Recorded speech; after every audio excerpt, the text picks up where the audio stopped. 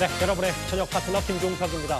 집권 여당 대표와 국무총리의 경론이 있었습니다.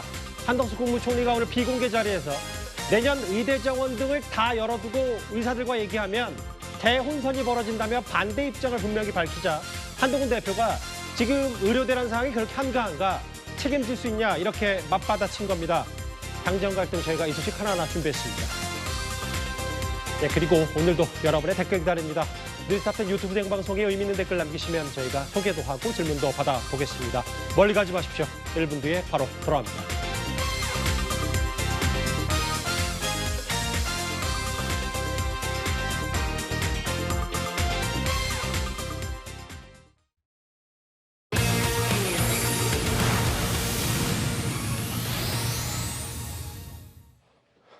바로 5위부터 만나볼까요? 목요일 뉴스탑10은 바로 여기부터입니다.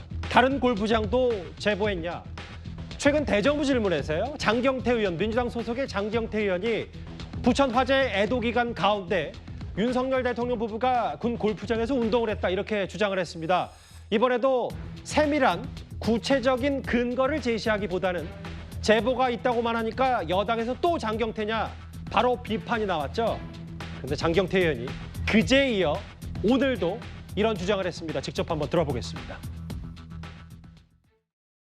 그런데 8월 24일 골프장 5시에 전임 골프팀이 다 빠져나가고 난 이후 시점에 윤석열 대통령과 김건희 여사 그리고 경호처 1인이 골프장을 이용했다는 제보가 있습니다. 그 경호처 1인이 장관 아니십니까? 저는 거기 간 적도 없고 그날 저는 청문회 준비하느라고 정신없어서 그 상황은 전 알지를 못합니다.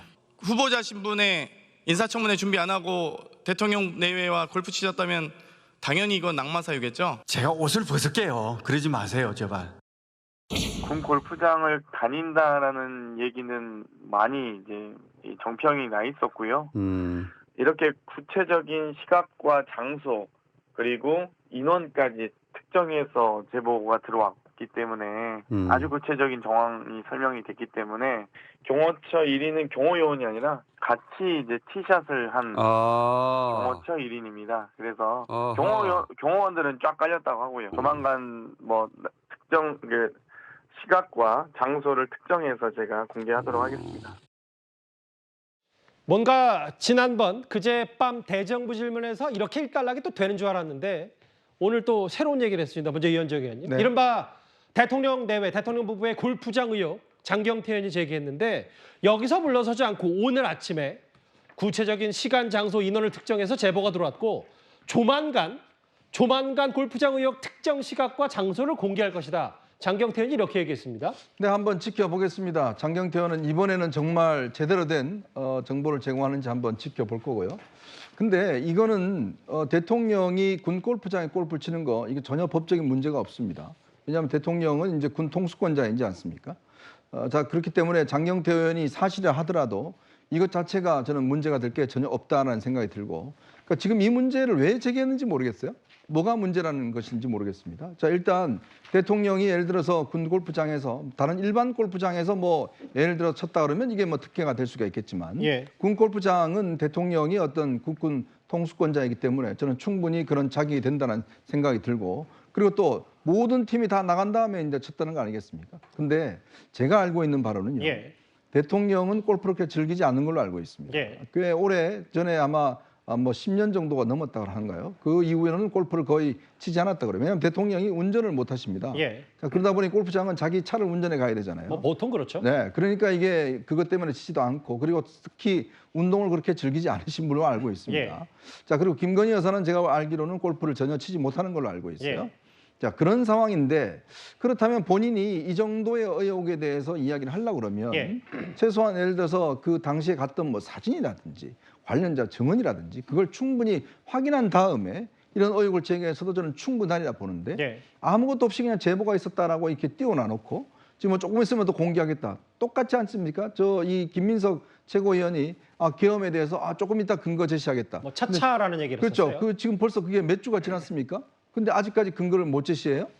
자, 또 완전 똑같은, 그러니까 이 아마 장경태 의원은 뭐 어떤 걸 공개할지 모르겠습니다만 반드시 이번엔 제가 지켜볼 겁니다. 어떠한 사실들을 구체적인 사실을 공개하는지 이미 이분은 전과가 있잖아요. 몇 차례 걸쳐서 청담동 술자리, 뭐 빈곤 포르노 등등해서 그것도 하나도 사과를 하지 않았는데 이번에도 만약에 이런 것들이 드러난다 그러면 모르겠습니다. 저는 한다 하더라도 문제가 되지 않는데 예. 혹시 본인이 어떤 하는 게 또다시 거짓은 아닌지 한번 지켜봐야 될 것 같습니다. 뭐 그렇다고 뭐 전과라뇨. 전과까지. 서영주 대변인. 네. 그러니까 조만간 특정 시각 장소를 공개한다면 상식적이라면 이 구체적인 근거를 대정부 질문 때 가져왔어야 되는 건 아닌지 모르겠습니다. 일단 뭐 여러 가지 전략적인 접근을 한 것 같아요. 던져놓고 또 답변을 들어보고 그 답변에 대한 빈틈을 좀 쳐다보다가 그 다음에 증거를 하나씩 꺼내는 보통 그렇게 이제 전략적으로 압박에 들어가는 그런 스탠스를 세운 것 같은데요. 예. 일단은 뭐 대통령 부부가 부천 화재에 대한 이 사망자들의 연결식 날 군 골프장 법적으로 문제는 없으나 골프를 갔다면 그거는 국민들의 어떤 눈높이는 아주 맞지 않겠죠. 아마 그런 부분에 있어서 아마 그 제보가 들어왔고 구체적으로 여러 가지를 검토했을 때 대정부 질문에서 충분히 할 만하겠다. 예를 들면 이게 사실이 아니고 근거가 없이 얘기했다면 아니 지금 장경태 의원이 초선도 아니고요. 굉장히 지금 중진급으로 올라왔어요. 나이는 뭐 청년 정치인 하지만 재선이죠. 예. 그래서 재선이면은 뭐 꽤 높은 예. 편이죠. 그런 면에서 최고위원도 했는데 이게 근거 없이 그냥 주장을 했다. 얼마나 민망하겠습니까? 예. 그러니까 지난번에 얘기했던 부분들도 근거가 없지는 않으나 예. 그게 말끔하게 본인이 근거를 제시하면서 국민들이 고개를 끄덕일 만큼이 됐다면 모를까.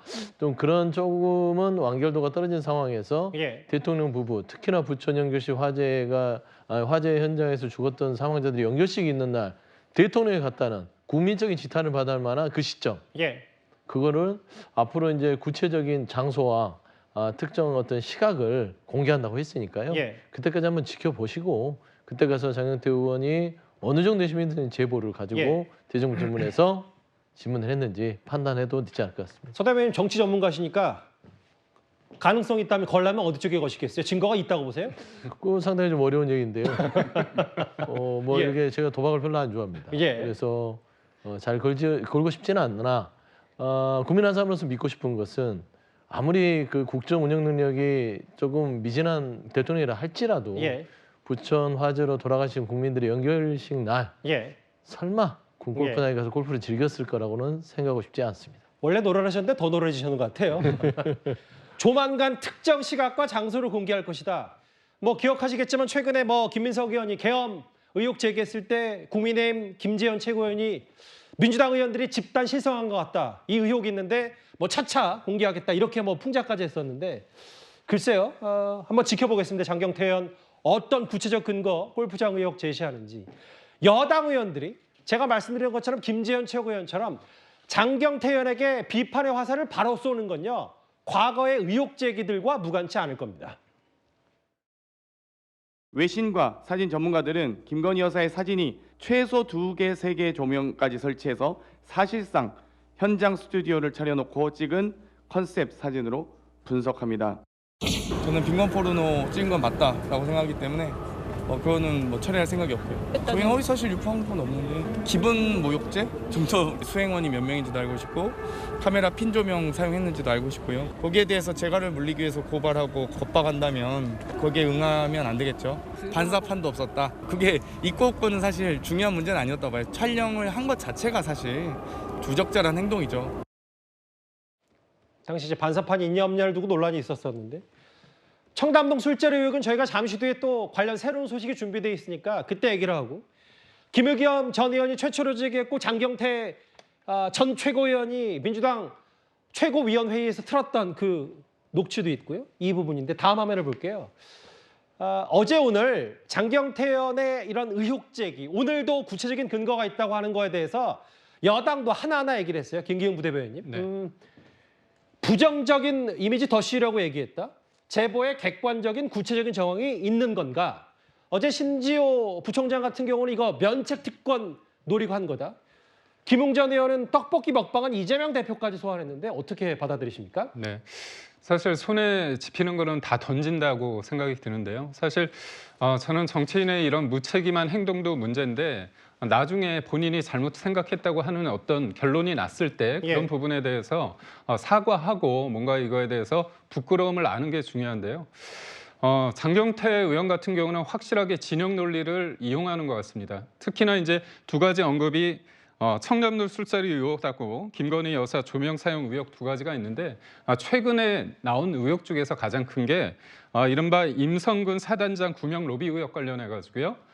장경태 비서관과 제보자 사이에 오고 간 대화를 제가 설명드리겠습니다. 그러니까 장경태 보좌관이 뭐라고 얘기했냐면 그때 VIP가 김건희 여사라고 얘기하면서 결국 이런 진실은 가릴 수 없고 예. 민주당에서 저쪽 당이 뭐라 하든 이쪽은 이쪽에서 듣고 싶은 얘기만 들을 테니까 문제가 없다. 그런 취지를 얘기를 했습니다. 예. 결국 포커스가 이종호와 김건희한테 가면 나머지는 격가지로 가고 관심이 없어진다. 그러니까 결국은 사실관계가 중요한 게 아니라 김건희 여사든 대통령이든 타겟팅을 정해서 하면 그 진실과 상관없이 민주당이나 이쪽에 있는 진영에 있는 사람을 믿는다는 거죠. 그렇기 때문에 틀리더라도 그 진영에 원하는 예. 어떤 서사, 어떤 스토리를 계속 제공함으로써 예. 이쪽의 분노를 계속 해서 제가 볼 때는 대통령에 대한 악마와 그리고 나아가서는 이재명 대표의 사법 리스크를 방탄하기 위한 어떤 보도의 전략이라고 저는 보고 있습니다. 김기웅 부대변인께서 물론 뭐 본인 논평을 위해서 네. 임성근 사단장 구명 로비 의혹의 장경태 의원 측 얘기를 했지만 그건 아직 여러 가지 여야의 공방 포인트가 있는 거니까요. 그 정도만 제가 순화하도록 하겠습니다. 아니 부정적 이미지 더 씌우려고 악마시키는 거 아니냐라는 취지의 얘기를 여당에서는 하고 있는데 여당에서 이렇게 장경태 의원이 제기했던 대통령 부부의 골프장 의혹과 맞물려서 괴담이냐 혹은 망상 수준 아니냐라고 평가절하하는 게 하나 더 있습니다. 바로 윤석열 정권의 계엄 준비설. 민주당 정책위가요. 계엄법에 대한 개정안 발의를 검토 중이라는 얘기를 어제 저희도 전해드렸었는데 오늘 한동훈 대표가 이 계엄 개정 발의에 대해서 이렇게 반박을 했습니다. 더불어민주당에서 계엄 얘기를 계속 하고 있습니다. 마치 있지도 않은 얘기를 있는 것처럼 해놓고 계속 시리즈로 이어져 가고 있죠. 심지어는 그 계엄을 대비하게 하는 법을 발의하겠다라고 하고 있습니다. 있지도 않을 계엄에 대비한다는 거죠. 근데 계속 이렇게 진지하게 나오니까 당황스럽습니다. 있지도 않을 계엄에 대비하는 것은 있지도 않은 외계인에 대비하겠다는 것과 다를 바가 없습니다. 외계인 대비법과 같은 계엄령에 대한 대비법 같은 것까지도 올려놓는다. 김재현 위원님께서 김민석 의원과 토론을 하겠다고 제의한 바 있습니다. 같이 한번 얘기해 보시죠. 도대체 무슨 생각으로 이러는지 우리 한번 드러나 봅시다. 황당무계한 계엄 주장을 하는 김민석 최고위원이 우리 쪽을 향해서 토론을 하자고 하길래 제가 같이 토론을 하자고 응수를 한 적이 있습니다. 그런데 그 이후에는 여러 가지 이유를 대면서 지금 꼬리를 내리면서 대통령께서 나오면 토론하겠다. 또 당대표께서 나오면 토론하겠다. 뭐 이런 이야기를 하고 있는 것 같습니다. 혼자 나오시기 어려우면 계엄 메들리 부르시는 이재명 대표, 김병주 의원 함께 나오셔서 3대1로 붙읍시다. 얼마나 뭐 실없는 소리 하실지는 몰라도 제가 다 응대해 드리겠습니다. 저도 같이 나갔어요. 뭐 대표님 제가 그냥 해치우겠습니다. 뭐 그렇다고 해치우다니요. 토론 얘기 계속 김재현 의원이 김민석 의원 토론하자고 하는데 김민석 최고위원은 대통령이나 한동훈 대표 정도여야 된다. 뭐 끔 얘기를 비슷한 취지로 한 것 같은데 이현정 의원님. 네. 그 계엄 윤 대통령이 탄핵을 막기 위해서 계엄 선포할 수도 있고 그럼 국회의원들 구금하고 체포할 수도 있다. 이런 게 이제 김민석 최고위원의 주장이었고 아예 야당에서는 현행범을 체포해도 만 이틀 내에 구속영장 불가하고 본회의 공고되면 석방한다. 이 계엄 법안을 검토한다고 하니까 한동훈 대표가 외계인에 대비하는 것 같다고 했어요. 그러니까 지금 김민석 최고위원이 지금 며칠째 계속 혼자 계엄령 이야기를 하고 있는데 본인이 근거가 있다고 그랬지 않습니까? 본인 또 유튜브도 개설하셨더라고요. 이 계엄과 관련한 예. 것들을. 제가 아무리 들어도 근거가 없어요. 왜 이야기 안 하시는 거죠? 그렇게 국민들 앞에서 근거가 있다라고 이야기를 하고 공개를 하겠다고 이야기를 했는데 고작 그 근거라는 게 지금 경호처장이 본인의 어떤 관저에서 뭐 이 충암고 출신 3명하고 같이 밥을 먹었다. 이게 이제 뭐 오직 뭐 근거인가요? 그 자리에서 계엄 이야기가 오고 갔다 그럽니까? 녹취록이라도 좀 내시는 거 돼야 되는 거 아닌가요? 그러니까 지금 보면 그 김민석 최고위원은 본인이 그렇게 이야기했던 계엄령에 대해서 아무런 지금 근거를 제시 못하니까 오죽했으면 민주당 내에서 이제 좀 그만해라라는 이야기가 나오겠습니까? 자, 그런데 여기 한술 더 떠서 예. 지금 정책위가 계엄법을 바꾸겠다고 그럽니다. 지금 이 바꾸기 전에 이미 있는 법으로도요, 충분히 국회의원들, 만약에 이게 국회의원들 못하게 하냐면요, 한 42명 정도를 현행범으로 체포해야 됩니다. 뭘로 체포할까요, 42명을? 예를 들어서 그렇게 되면요, 바로 대통령 탄핵입니다. 예. 아니, 적이 침략하지 않는데, 비상 상황이 아닌데 탄핵을, 예를 들어 계엄을 일으킨다? 그러면 그 대통령이 국회에서 가만히 있겠습니까? 자, 그런데도 불구하고 40몇 명을 갖다 구금시켜서 계엄을 한다고 지금 도대체 우리가 어느 시대에 살고 있습니까? 그것도 모자라서 이 법을 개정을 해서 하겠다고 하니까 오죽했으면 외계인 특별법까지 만들자는 거 아니겠습니까? 외계인들을 침공할지 모르니까 법을 만들자고요? 그런 이야기까지 나올 정도로 정말 민주당의 입법이 제가 볼 때는 거의 돈키호테식 같습니다. 그냥 가상의 적을 향해서 달려가고 있는 것 같아요. 가상의 적을 위해서 외계인 대비법. 그 장혜인 변호사님 이런 거잖아요. 그냥 보통 상식으로 지금 국회 제1당이 민주당이기 때문에 민주당이 동의 안 하면 계엄 선포도 쉽지 않은데 쉽지 않은 상황에서도 계엄 법안을 검토 중이다. 외계인 대비법에 대해서 어떻게 반론하시겠어요? 아마 계엄법과 관련해서는 과거의 그 문건에 그런 구절이 있습니다. 예. 그러니까 시나리오이고 실질적으로 얼마나 검토됐는지에 대해서는 뭐 설왕설래가 있지만 예. 이 국민의힘에서 주장하는 대로 전체 제적의원의 3분의 2 이상이 일단 그 과반이 제지할 수가 있어요. 예. 그러니까 그 요건을 성취하지 못하게 하기 위해서 의원들을 현행범으로 체포를 하겠다 이런 시나리오가 실제로 문건으로 남아 있는 겁니다. 예. 그렇다면 이 부분과 관련해서 제동을 걸 수 있는 법안과 관련한 개정 부분이 논의는 전 충분히 있을 수 있다라는 생각이 들고 실제로 현실화돼가지고 문건까지 나와 있어서 현행범으로 체포하면 왜 그러냐면 지금 형사소송법상 현행범으로 체포를 하게 되면 무조건 48시간 이내는 영장을 쳐야 됩니다. 영장을 청구해야 돼요. 안 그러면 석방을 해야 되거든요. 예. 그러니까 이런 부분과 관련해서 정말 인신을 구금하고 구속하는 그런 시나리오까지 검토됐던 상황을 최소한 방지하자는 계엄 법안 자체가 뭐 외계인법이다, 뭐 낭설이다 이렇게 하는 주장에는 좀 동의하기 어렵습니다. 근데 이제 뭐 말씀하셨던 것처럼 준비는 모든 거 할 수 있는데 그렇게 되면 세상만사 모든 법안을 다 준비해야 되잖아. 아는 거 아니냐라는 게 지금 여당의 시각이기도 하고요. 뭐 아까 제가 다 해치우겠다. 굳이 대표까지 거둘 필요 없다라고 김지현 최고위원이 얘기했는데 여기 김지현 최고위원이 계엄 메들리라고 표현한 사람이 바로 김민석 최고위원.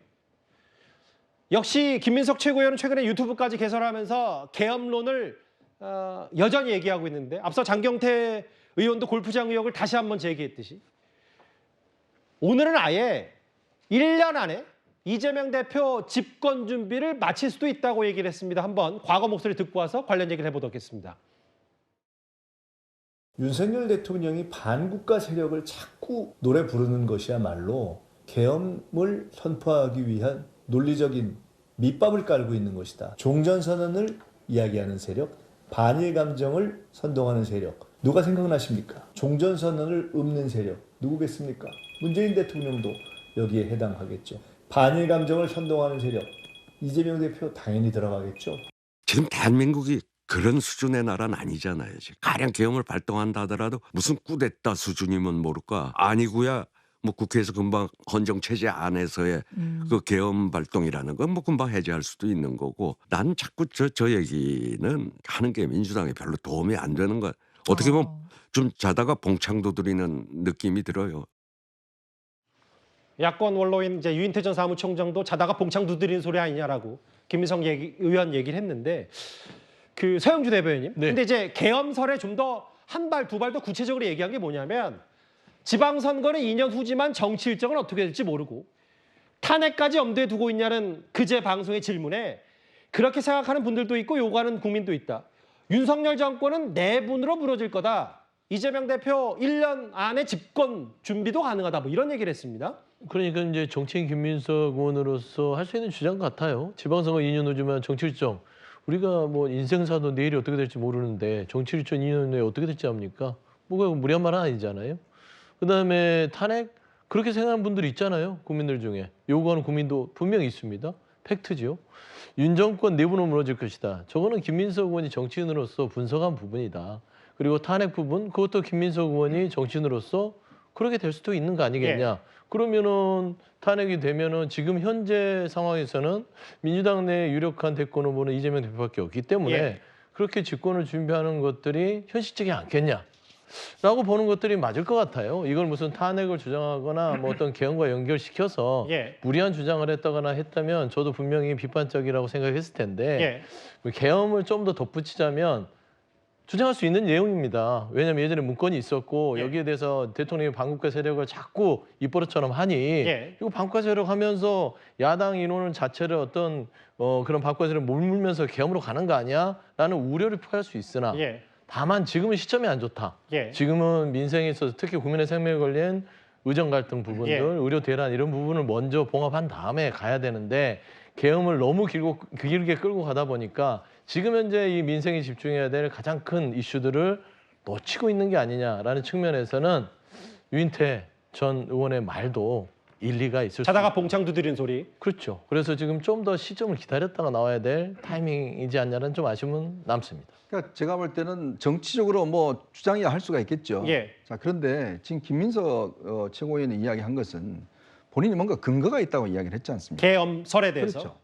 그러니까 지금 정치인들이 정치적 주장과 또 사실에 근거한 근거와 이거는 좀 구분해야 됩니다.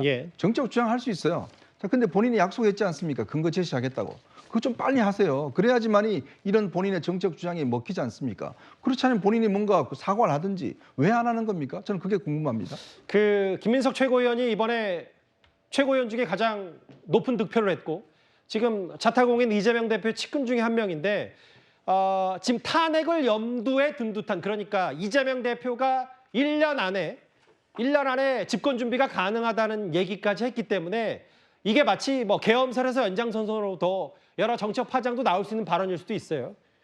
근데 조금 전에 용산 대통령실도 브리핑 하나를 내놨습니다. 내용을 한번 제가 자막으로 좀 읽어볼게요. 대통령실도 가만지 않았습니다. 뭐 탄핵연대 이른바 이게 이재명 대표의 방탄연대를 차곡차곡 쌓아가는 빌드업 그 단계냐라고 대통령실이 입장을 냈고요. 이게 계엄 괴담을 떠벌리더니 의도가 서서히 드러난다고 이제 덧붙이기까지 했습니다. 하나 더 볼까요?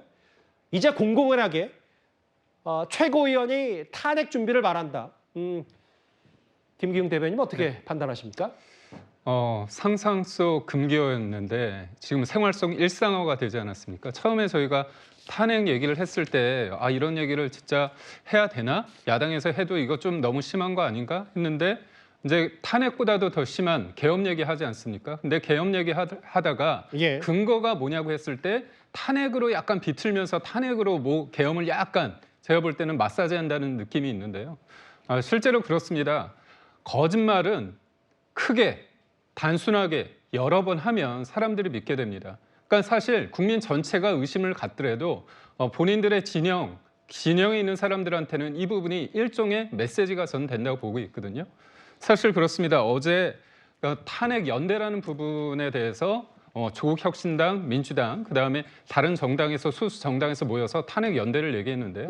실질적으로 이번에는 최고위원이 탄핵에 대해서 공개적으로 얘기를 한 겁니다. 근데 저는 이 부분에 있어서 좀 아쉬운 점이 뭐냐면 이재명 대표가 여야 대표 회담에서 계엄령을 얘기하고 나서 본인은 지금 좀 빠져 있는 상황입니다. 그러니까 어떻게 보면 호랑이 등에 탔는데 이거에 대해서 내려오지 못한 형국이거든요. 그래서 저는 김민석 최고위원이 일종의 설거지를 하는 거 아닌가. 여러 군데에서 이제 욕을 먹고 있지만 본인은 끝까지 살라미 전순으로 북한의 살라미 전술처럼 조금 얘기하겠다고 하지만 그거는 본인의 망상에 기초한 그냥 주장일 뿐이거든요.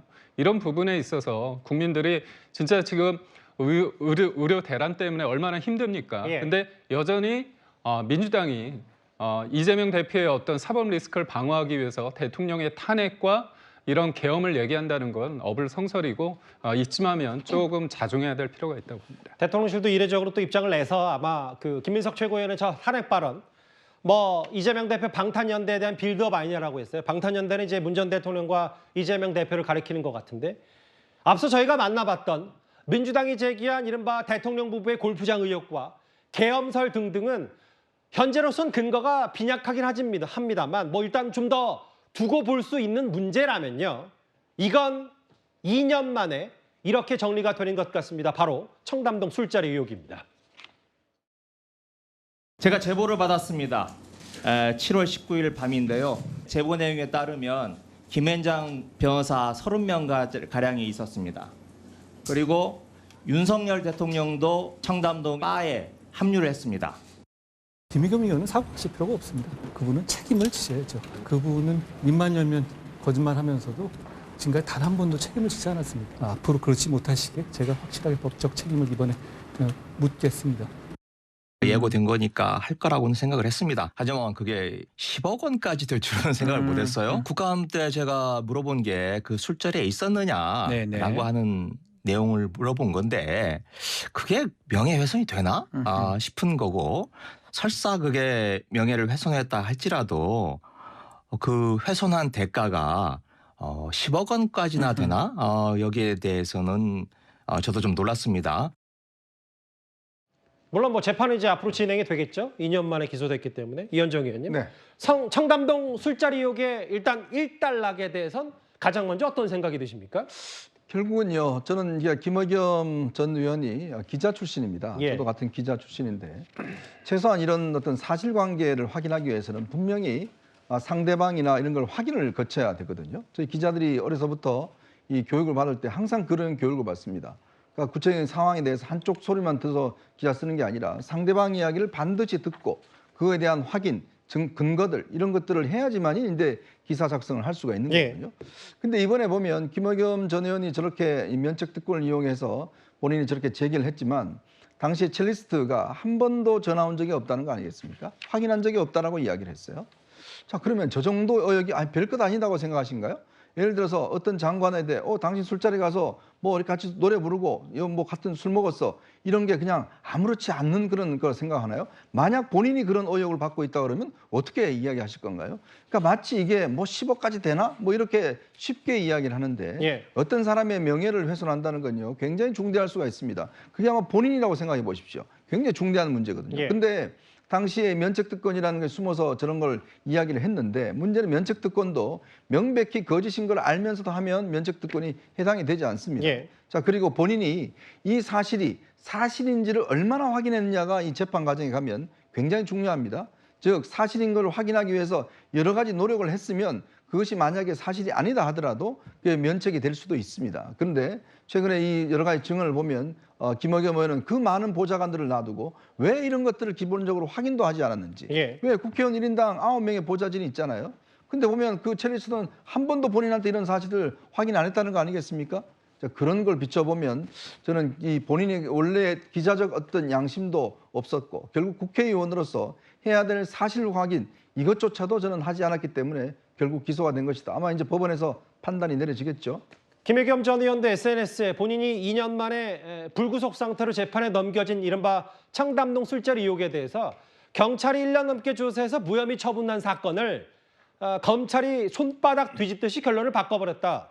이런 얘기를 했는데 근데 이제 뭐 경찰과 검찰의 이제 판단 차이를 떠나서 이 청담동 술자리 의혹은 사실상 거짓말로 판결이 났고 실제로 그 경찰 수사와 법원의 재판 과정을 보면 첼리스트도 아니 내가 나한테 확인조차 하지 않았다는 얘기 증언까지 있었기 때문에 그 장혜인 변호사님 이게 김의겸 전 의원의 저 말들은 그냥 정치적인 항변에 불과하지 않나라는 생각도 들어서 어떻게 판단하세요? 저는 공소유지가 솔직히 될지 좀 의문인데 기본적으로 아까 영상에서 보신 것처럼 국회의원이 국회에서 본인의 어쨌든 현안과 관련한 질의로 의혹 제기를 한 겁니다.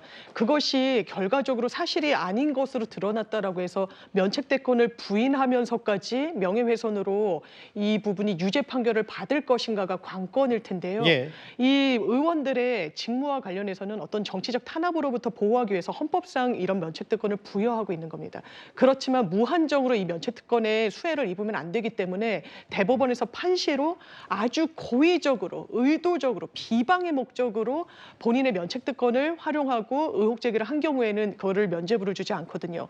그렇다면 그 당시에 어쨌든 이 문제 제기가 섣불렀다는 점에 대해서는 저도 동의합니다. 그런데 그 문제 제기를 그 당시에 한동훈 법무부 장관에게 할 당시에 본인이 그 판단을 내리게 됐던 여러 근거 사실들, 첼리스트의 녹취, 그리고 그 뭐 굉장히 또 구체성을 띠고 있었거든요. 그런 정황들과 관련해서 이걸 완전히 본인이 허위로 인식하고 비방을 단순히 비난을 하기 위해서 한동훈이라는 이 법무부 장관을 그렇게 폄훼하기 위해서 이런 문제 제기를 했다.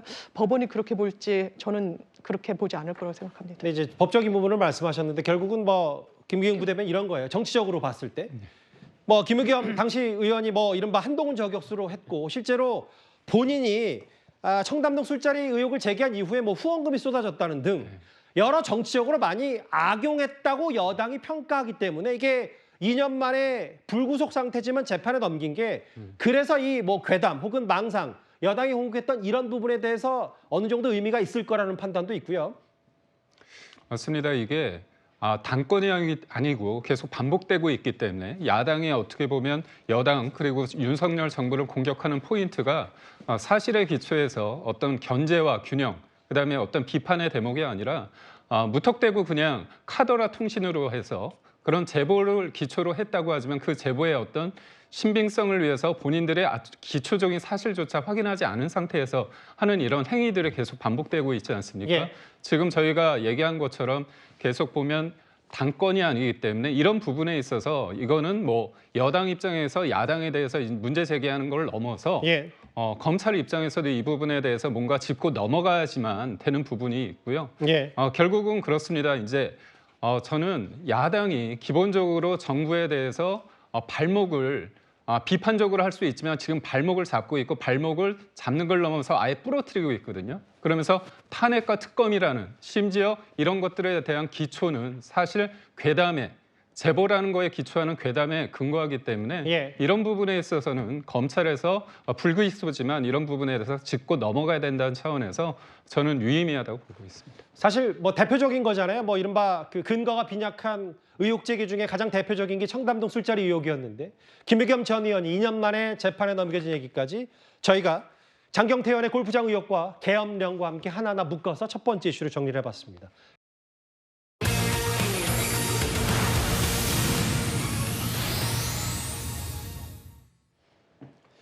추석 전에 여야 의정 협의체를 띄우려는 한동훈 대표입니다. 그런데 현실은 녹록지가 않은 것 같습니다.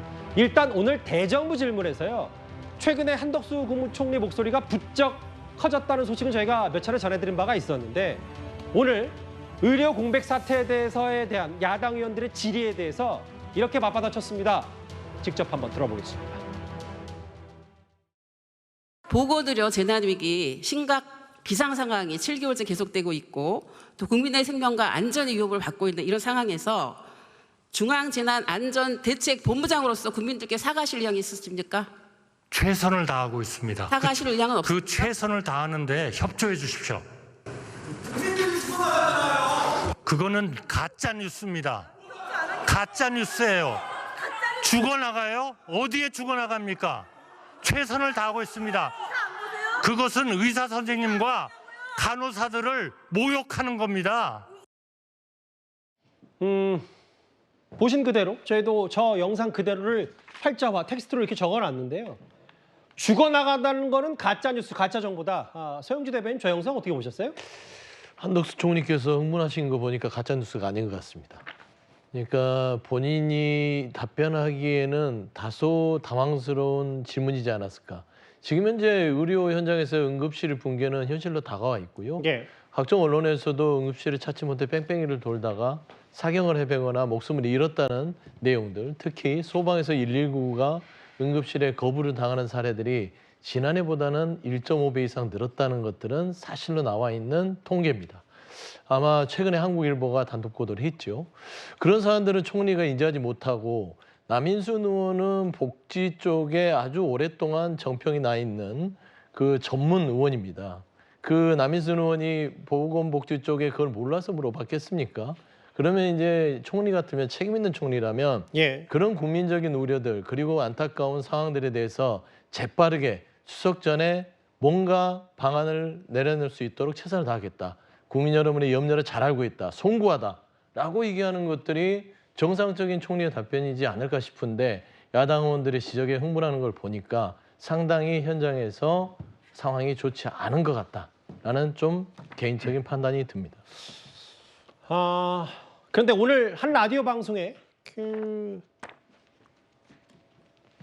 수석 한 명이 출연해서 이런 얘기했습니다. 이현정 의원님. 네. 모든 개혁은 반발이나 반대가 있을 수밖에 없는데 갈등 상황이 된다고 해서 사과를 하거나 문책하는 건 개혁의 동력이 떨어뜨릴 수가 있다.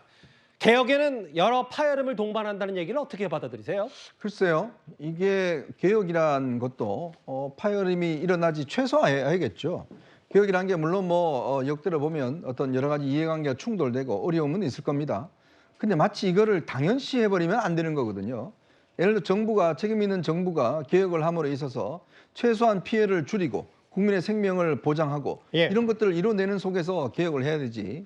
올와 나싱은 없지 않습니까? 무조건 내가 설정한 목표를 완전히 다 이루겠다? 그럼 거기서 희생되는 분들은 무슨 피해를 입나요? 굉장히 많은 피해를 입을 거 아니겠습니까? 그러니까 이게 지금 개혁을 한다는 원칙론, 예를 들어 개혁을 하게 될 경우에 피해를 볼 수 있지만 그렇다고 정부가 그게 마치 당연한 것처럼 예를 들어서 지금 우리가 의료개혁을 하는데 많은 사람들이 뺑뺑이 돌고 어려움을 당하는 게 그게 마치 그냥 당연한 것처럼 사과도 안 해도 되는 것처럼 그렇게 이야기하면 안 되는 거죠. 지금 이 한덕수 총리가 지금 화가 나서 가짜뉴스 이야기를 하시는데 그럼 언론에 지금 보도되는 게 다 가짜뉴스란 말입니까? 그건 아니지 않습니까? 본인이 책임자로 그런 부분에 대해서 정말 사안이 없도록 노력하겠다 이렇게 이야기를 하셔야지 그걸 가짜뉴스다 사실이 아니다라고 이야기를 하면 그럼 기자들이 지금 다 허위뉴스를 쓰고 있는 건가요? 그게 아니라 이런 어떤 개혁과 일어날 수 있는 피해를 마치 당연하게 이루어지는 것처럼 그렇게 이야기를 할 경우에 이거는 제가 볼 때는 올바른 접근은 아니다 이런 생각이 듭니다. 그러니까 장상윤 사회수석이 얘기했던 것 모든 개혁은 여러 가지 파열음이 있고 그리고 문책, 사과 뭐 이렇게 한다면 개혁의 동력이 떨어진다고 했는데 뭐 한덕수 총리도 비슷한 얘기를 한 거예요. 죽어나간다는 건 가짜 정보다. 그러니까 정부의 얘기는 개혁의 동력, 개혁이라는 게 원래 다 그런 취지다. 그리고 한덕수 총리 얘기도 의정 갈등 전에도 분명히 이런 상황이 있었기 때문에 갑자기 의대 지원 문제 때문에 바로 이런 응급실 뺑뺑이가 기하급수적으로 늘어난 건 아니다라는 취지를 얘기하고 있는데 그런데 현장 상황을 단적으로 보여주는 또 다른 사례가 있습니다. 고위험 산모가요. 제주도에서 돌볼 의사가 없어서 헬기를 타고 인천까지 무려 440km를 이동해 치료를 받은 사례가 있습니다. 25주 고위험 임산부가 도내 신생아 중환자실 부재한 상황으로 제주도에서 처치 불가하다고 판단돼서 육지로 전원 요청한 상황으로 그렇게 신고 접수 받았습니다. 제주대 병원에서 이제 공항으로 환자를 이송해가지고요. 편도로 하게 되면은 약 400km 정도 나옵니다. 저 이 뉴스 보고 좀 놀랐는데요. 제주도도 자치도 중에 70만 명 정도의 인구가 있는 제주도인데 도민만. 장윤희 변호사님, 무려 440km 인천까지 왔어요. 왜 이런 일이 발생한 거죠? 왜냐하면 진료를 볼 수 있는 의사가 없었기 때문입니다. 그리고 제주도에는 신생아 중환자실이 다 차 있었기 때문인데요. 한 서울대 의대 교수가 최근 인터뷰에 나와서 이렇게 말씀하시더라고요. 지금은 응급실이지만 앞으로는 중환자실이 될 거고 더 시간이 지나면 일반 입원실이 될 거라고 이야기를 합니다. 그게 현실로 나타나고 있어요. 응급실 셧다운하는 거 원래 지방에서 몇몇 병원들에서 시작이 됐습니다. 이게 서울과 수도권으로 올라오고 있죠. 그리고 그 이후에 지금 보신 것처럼 제주의 신생아 중환자실에 더 이상 이 산모를 봐줄 의사가 없었던 겁니다. 이 산모 상당히 위험군으로 분류가 됐었습니다. 쌍둥이를 데리고 있었거든요. 태내에. 그리고 임신 6개월 차지만 조산기가 있었습니다.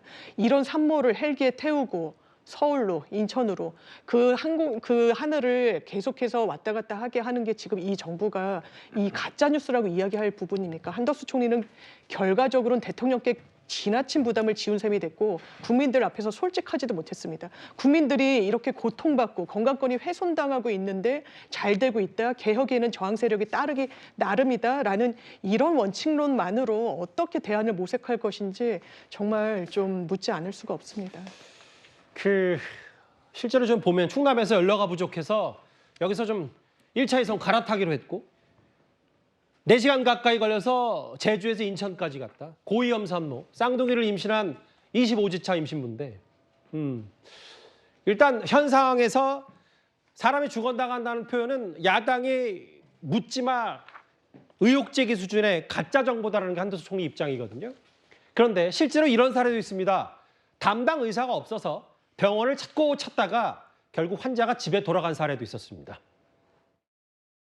이제 뇌졸중 환자였는데 A병원에 문의해서 전화를 해보면은 저희는 선생님 시술은 가능한데 검사가 안 돼서 진료가 불가할 것 같습니다. B병원 같은 경우에는 저희는 시술하고 나면 중환자실이 없어가지고 못 받습니다. 심할 때는 2시간 반 정도 병원 수배하고 결국엔 안 돼가지고 이송을 포기한 적도 있고요. 보호자분도 어쩔 수 없다고 하시고 환자도 본인도 집에 가겠다 하시고 그 뒤로는 저희가 어떻게 된지는 확인이 불가능합니다. 추적되는 친구가 좀 많은 편입니다. 저희들은 지금 초긴장 상태라 가지고 2주 동안 지금 비상체계로 약간 도입하고 있습니다. 10건 전화하면 거의 80~90%는 수용 불가하다. 추석 때는 신고가 많은 편이어서 비상체제에 돌입한다. 김기웅 부대변인. 결국 계속 또 현실인식 얘기가 나오네요. 네. 저는 우선적으로 단기적으로 조금 고쳐야 될 부분이 뭐냐면 저도 이제 전문가분들이랑 좀 얘기를 해봤는데 이거는 지금 응급 대원들이 일일이 병원에 전화를 해서 들어갈 수 있느냐, 갈 수 있느냐 그거를 돌아다니면서 하다가 소위 말해서 뺑뺑을 하고 있는 거 아닙니까? 그렇다면 이런 소위 말해서 전국 단위에 있어서 응급실을 이용할 수 있는 곳이 어디인지를 중앙에서 컨트롤해서 그거를 그런 어떤 전화를 받았을 때 어느 쪽으로 가면 된다는 그런 쪽으로 컨트롤 타워가 되게 중요하다. 그런 부분에 대한 지적이 있었고요. 예. 또 하나는 뭐냐면 본인이 진짜 얼마나 아픈지 여부에 대해서는 경증일 수도 있고 중증일 수도 있지만 본인이 작아진다는 건 힘듭니다. 예. 그렇기 때문에 전문가의 어떤 전화 통화를 통해서 경증이라면 제가 좀 다음 날 가거나 다른 곳에 갈 수 있지 않습니까? 이런 경증에 대한 어떤 소위 말해서 가름말을 타줄 수 있는 어떤 시스템이 일본에는 있다고 합니다. 예. 그래서 저는 지금의 응급실 상황에서 정부가 여러 가지 어떤 제안을 하고 있지만 전문가 그룹에서 내온 이 2가지 부분에 대해서 컨트롤 타워 부분과 그다음에 경증 환자와 중증 환자를 뭔가 가름마 탈 수 있는 이런 부분에 있어서도 전문가나 어떤 언론의 지적을 좀 정부가 빨리 수용하는 방법은 어떨까 그런 아이디어를 한번 제시해 봅니다. 의료교육의 대승적 차원도 좋긴 한데 단기적으로 그리고 우리나라 의료 시스템은 세계적인 수준이었다면 의정 갈등 이후에 응급실 뺑뺑이가 더 늘어난 건 아닌지는 분명히 용산 대통령 심도 있게 체크를 할 필요가 있는데 일단 한덕수 총리를 대정부 질문에서 보신 그대로 이런 말을 했습니다. 그런데 좀 더 본질로 가볼까요? 추석 전에 협의체를 띄우려 하는 한동훈 대표가요. 어제는 의료단체 여야 의정 협의체 참여에 대해서 의사 몇몇 단체도 긍정적인 검토를 하고 있다. 이렇게 있는 것으로 안다고 말을 했었죠. 그런데 오늘 당과 정부가 모인 비공개 자리에서 한덕수 총리와 한동훈 대표가 격론을 벌였습니다. 지금까지 진행 상황에서 보셨겠다시피 의료계는 단일 대우를 갖추기가 어렵고 그것을 요구하는 것도 무리입니다.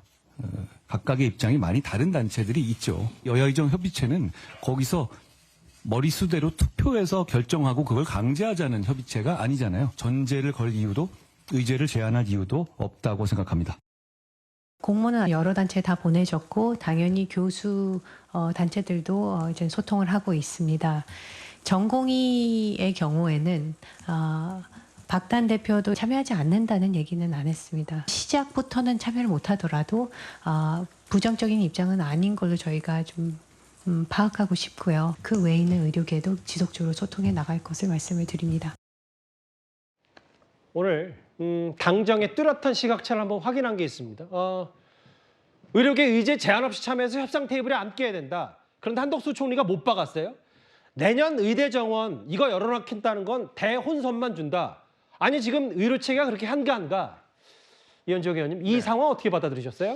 지금 이제 여야 의정 협의체라는 게 일단 띄워놨는데 일단 의료 쪽에서 이제 참석 여부를 아직 고심하고 있지 않습니까? 근데 이제 한동훈 대표 입장에서 보면 어쨌든 간에 이 협의체를 개문 발차를 시켜야 된다는 거죠. 그래야지만이 협의체가 굴러가면서 의료계의 어떤 참석 여부가 더 확산될 수 있다는 거거든요.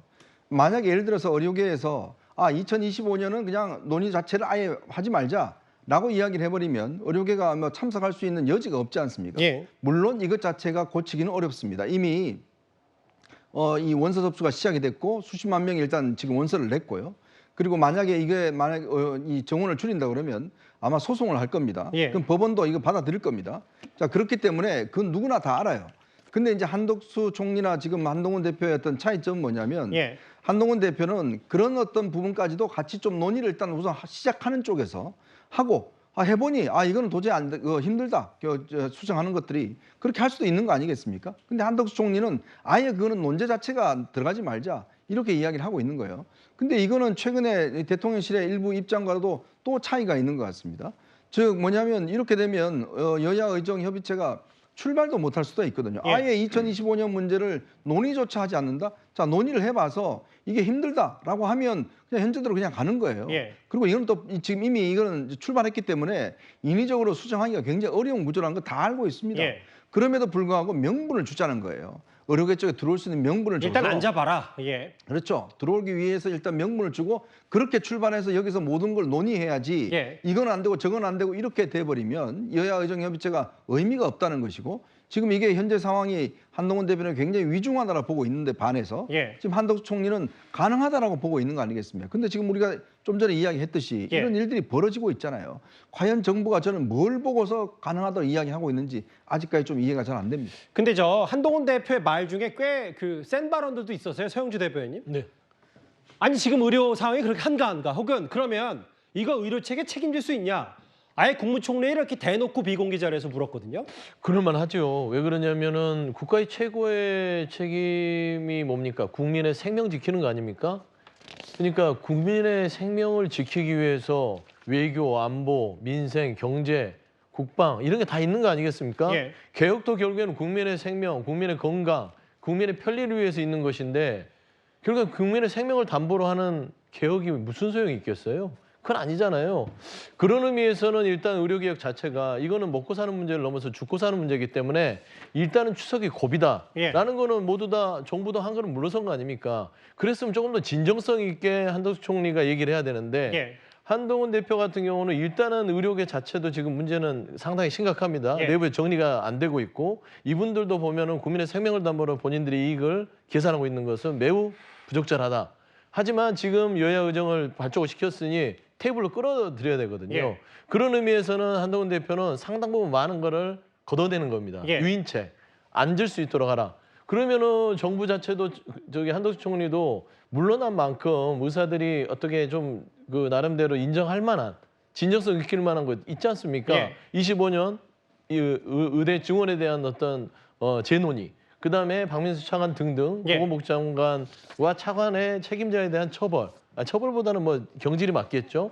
징계 같은 걸 통해서 진정성을 보여주고 않게끔 해야지. 지금 현재 추석을 맞이해서 국민들이 응급실에서 정말 생명 자체를 위협받는다면 정부를 뭐 욕하세요, 의사를 욕하세요 이런 식으로 접근하면 안 된다라는 측면에서는 일도 잘 못하면서 고집은 세고 심지어 한동훈 대표 말대로 한가한 정부가 아닌가. 좀 그렇게밖에 보이지 않습니다. 국무총리와 집권여당 대표의 비공개 당정협의회 경론, 혹은 설전, 의견차, 시각차가 분명한데요.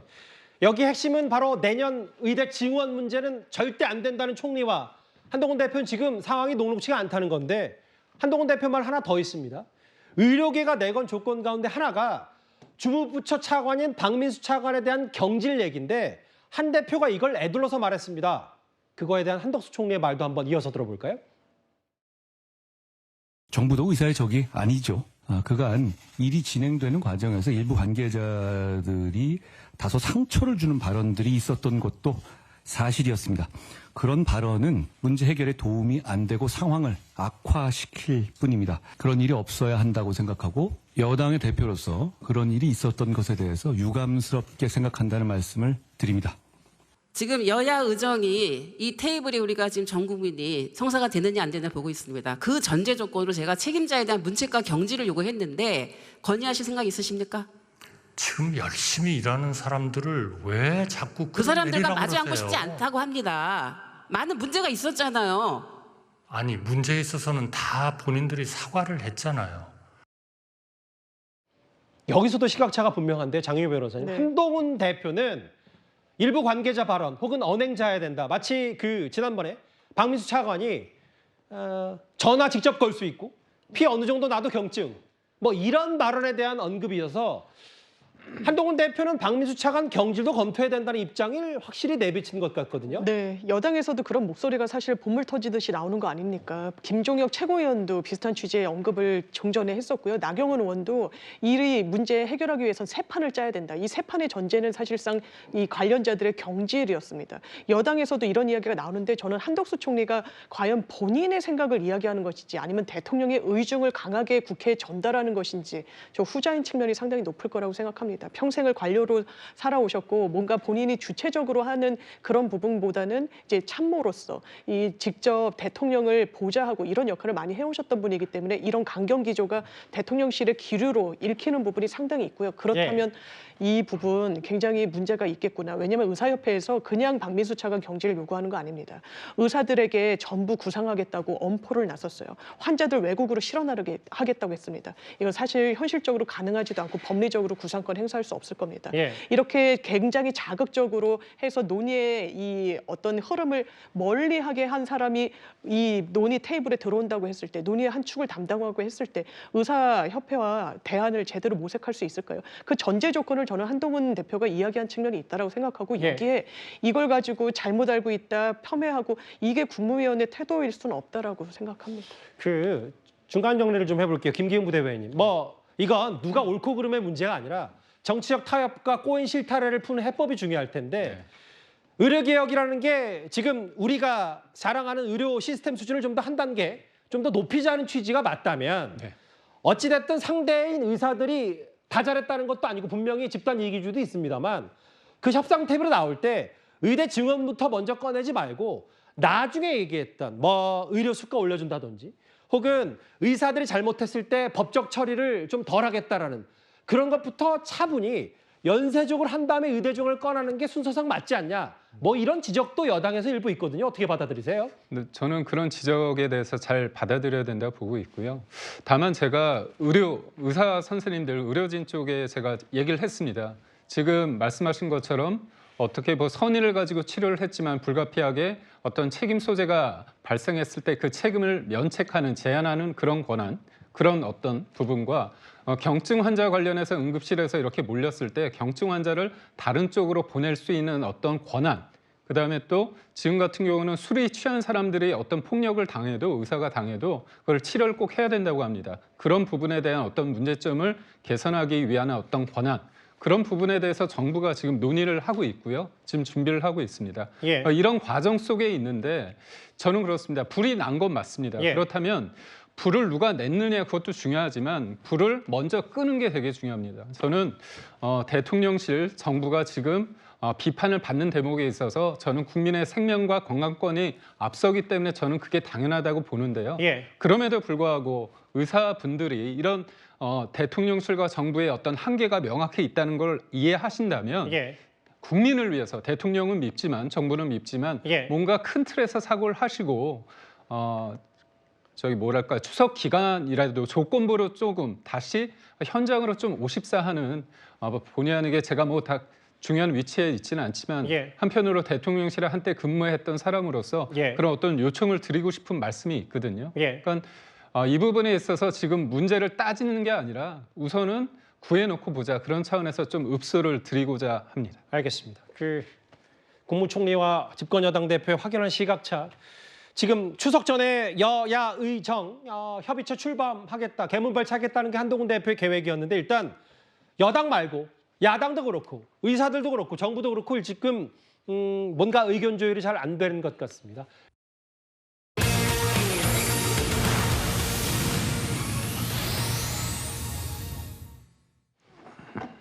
내 아버지에게 칼을 문다혜 씨의 글과 함께 김건희 여사 얘기도 하나 해보겠습니다. 옛 사위 특혜 의혹을 수사 중인 검찰이요. 그러니까 의문의 금전 거래. 문 전 대통령 부인 김정숙 여사가 아는 사람에게 5천만 원을 현금으로 주고 딸 다혜 씨에게 대신 보내겠다는 걸 확인을 했었죠. 회계사 출신인 김경률 전 비대위원이 오늘 저희 정치 시그널에 출연을 했는데요. 문 전 대통령 측의 그 금전 거래 주장을 이렇게 하나하나 반박했습니다. 당시에 김정숙 여사가 송금을 이제 할 그 무렵에 양산저택과 그 은행이 있는 그 길이 있는데 그 길에 극우 단체가 엄청나게 시위를 하고 있었어요. 은행으로 나갈 수 없는 조건이었고. 황당무계한 거죠. 본인 그 뭡니까? 인가요? 그거 예. 알기로 사가지고 그거 타고 경호원도 붙을 거잖아요. 네. 그런데 극우 시위대가 있으면 은행 가는 길을 못 가나요? 나이가 드셔서 그런지 또는 뭐 익숙하지 않으셔서 그런지 이제 전화기로 송금하고 이런 걸 잘 못하신답니다. 저는 궁금한 게 전화기로 현금을 어떻게 보내죠? 현금을. 몇몇은 폰뱅킹을 말하는데 지금 문제가 되는 건 현금이잖아요. 정말 교묘하고 악랄한 수법인데 돈이 갔던 걸 사실이라고 한다 치더라도 시기가 대통령 퇴임 이후입니다. 윤석열 대통령 취임 직후란 얘기거든요. 그럼 이때는 문재인 대통령이 김정숙 여사가 재산 신고를 한 직후거든요. 예. 실제로. 그럼 그때 현금이 신고된 바 있냐? 없었단 말이에요. 누구로부턴가 현금 5천만 원을 받았겠죠. 도대체 누구로부터 받았냐는 거죠. 이거 답할 방법이 제가 봐서는 없습니다. 이거 특검해야죠. 그래서 특검해야 된다는 게 김경률 전 비대위원 얘기인데 여러 가지 얘기를 했어요. 오늘 정치 시그널에 출연을 직접 해서. 정혁진 변호사님. 네네. 조국 대표가 그렇게 얘기했죠. 그 5천만 원 외에 누구 걸쳐서 딸에게 보냈냐라고 했을 때 양산 평산마을 자택 극우 시위 탓에 은행에 못 갔다. 아니 고급 승용차 차 타고 경호원도 있는데 왜 직접 은행에 못 가냐. 아니 돈 세탁하라면 왜 자기 이름을 적냐. 고액 현금 거래 보고 제도가 있다. 은행 측에서 송금자에게 김 여사 넣은 거다라고 하는데 저는 여러 가지 얘기 중에 특히 그 부분이요. 시점이 퇴임 직후에 5천만 원 보냈다고 하면 아니 당시 재산 신고했을 때 5천만 원 현금 없었는데 그럼 누군가한테 받은 거냐? 김경률 전 비대위원이 저런 의혹을 제기했네요. 그러니까 일단은 조국 의원과 윤건영 의원의 해명에 공감할 수 있는 사람이 어디 있겠습니까? 요즘은 이제 스마트폰으로도 이제 폰뱅킹이 가능하니까 예. 젊은 사람들은 그런 거 많이 이용하는데 그거 김정숙 여사나 문재인 대통령이 스마트폰 이용해가지고 계좌이체 못할 수는 있어요. 하지만 문재인 대통령 그 양산 사저에는 컴퓨터가 없습니까? 컴퓨터만 있으면 저희 어머니 90 넘으셨는데도 지금 저 인터넷 뱅킹 하시거든요. 그런데 어떻게 김정숙 여사가 인터넷 뱅킹도 못한다고 하는 것인가? 굳이 현금을 5천만 원을 뽑아가지고 그거를 은행까지 가져가가지고 송금하는 그런 사람이 요즘 어디 있습니까? 이게 말이 안 되는 거고요. 뭐 있을 수 있습니다. 정 변호사님 모친과 절대 비교할 수는 없는 거니까 일단 말씀하십시오. 그냥 상식적으로 생각을 해보자고요. 예. 그다음에 요즘은 현금 거래하는 거 굉장히 꺼려하지 않습니까? 예. 괜히 의심받아요. 현금으로 은행에서 500만 원, 1000만 원 뽑으려고 그러면은 은행 창구 직원한테 눈치 받습니다. 그런데 그 5천만 원을 왜 그렇게 현금으로 왔다 갔다 하게 했는지 더군다나 이렇게 그 해명을 하니까 뭐가 생각이 나냐면 김정숙 여사 옷이 굉장히 많지 않았습니까? 178벌인가 막 그랬었다고요. 그런데 그 옷값 다 어디서 났느냐? 처음에는 카드로 샀다고 그랬어요. 카드 내보라고 하니까 못 냈잖아요. 그러면서 그것도 현금으로 샀다. 아니 일국의 대통령 영부인이 그렇게 현금 가지고 이렇게 함께 되겠습니까? 왜 의심받을 짓을 그렇게 하셨는지 전 잘 모르겠고요. 지금이라도 국민들이 납득할 수 있는 해명이 필요하다. 전 그런 생각이 듭니다.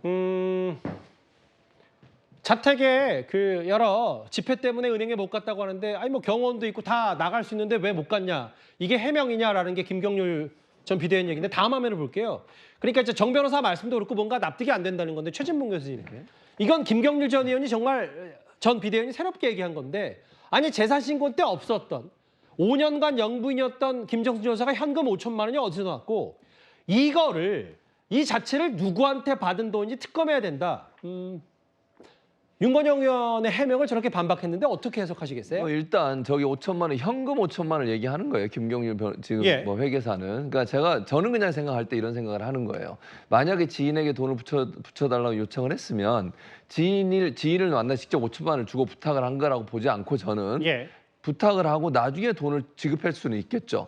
예컨대 그게 뭐 어떤 방법인지 제가 모르겠지만 예. 그래서 추측을 하는 거예요. 제가 뭐 사실을 알고 있는 건 아니지만, 그러니까 예를 들어서 현금을 김정숙 여사가 그 지인한테 가서 5천만 원 주고 이거 예. 가지고 붙여줘라가 아니라 딸에게 주라가 아니라 전화를 해서 예컨대 좀 보내달라. 자기가 지금 돈을 보낼 수 없는 상황이든 뭐 이유는 모르겠지만 여러 예. 이유 때문에. 그리고 나서 나중에 그걸 정산해서 그분 다 줄 수도 있잖아요. 그럼 꼭 현금이 아니어도 돼요, 사실은. 예를 들면 뭐 나중에 어떤 방식으로 만약에 그 5천만 원이라는 돈을 전달했는지 모르겠지만 예. 그게 은행에 있는 계좌이체가 될 수도 있고 여러 방법이 있을 수 있기 때문에 그냥 단순히 현금 5천만 원이 당시에 없었으니까 그것이 어딘가부터 받은 뇌물이다라고 단정적으로 얘기할 수 상황이 아니라고 보여지고요. 이제 그 과정을 좀 더 구체적으로 살펴보고 어떤 방식으로 이게 변제가 되는지, 예를 들면 부탁하고 나중에 그 돈을 어떻게 갖다 줬는지 하는 부분은 돈인지 아니면 그게 계좌이체인지 그 부분도 확인돼야 한다고 생각합니다.